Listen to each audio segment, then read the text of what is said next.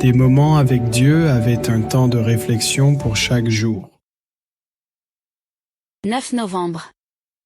Agir avec prudence. Le personnage principal de notre histoire s'appelle Abigail.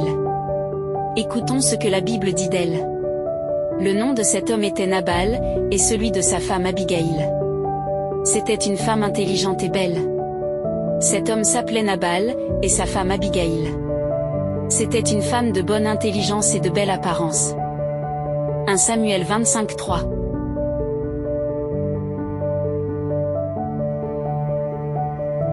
C'était un mariage très contrasté. Le mari était un homme stupide et grossier de fait. En revanche, t'étais délicate. Belle et très sage, c'est dans ce contexte que se déroule la scène que nous allons raconter. David était un fugitif du roi de Saül et avec lui se trouvaient de nombreux hommes de fuite. Son rêve et ton vie étaient détruites. David leur a donné un endroit où il se sentait utile. Mais comme tous les fugitifs, il devait se débrouiller pour manger de ce qu'il faisait. C'était de s'occuper des troupeaux des riches ou des protéger des ennemis des bêtes sauvages. Des raids et de tout ce qui pouvait arriver. Retour. Il demandait volontiers aux propriétaires de leur donner quelque chose pour leur subsistance. C'est alors qu'entre en scène le ferme de Nabal. Que David et ses hommes ont travaillé dur à entretenir. Et lorsque vient le moment de tondre la laine, l'abondance de nourriture et de boissons de l'atmosphère de fête est propice à les sollicitations d'un peu de nourriture.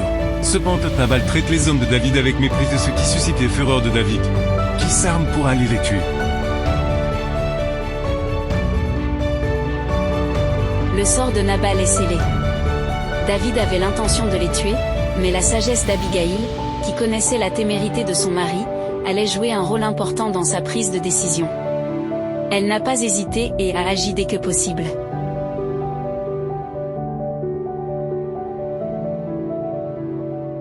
Non seulement elle mangeait ce but, mais elle sortit elle-même à la rencontre David. Lorsqu'elle le vit, elle descendit de son âne.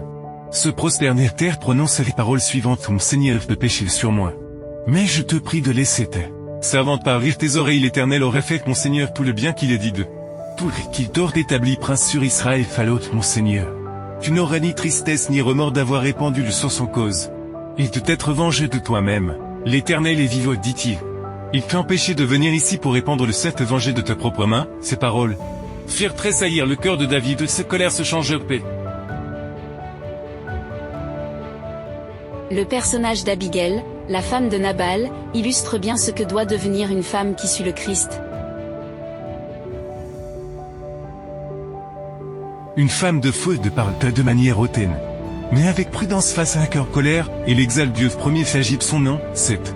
Ainsi qu'Abigail le protège et sa famille de la vengeance. Tu dois être une personne de faute qui honore Dieu par ses actes et ses paroles. Et même tes ennemis se dérangent à cause de ton bon témoignage. Amen. Merci pour écouter cet audio. Nous vous invitons à partager avec votre. Contactez et visitez le site web. biblewell.com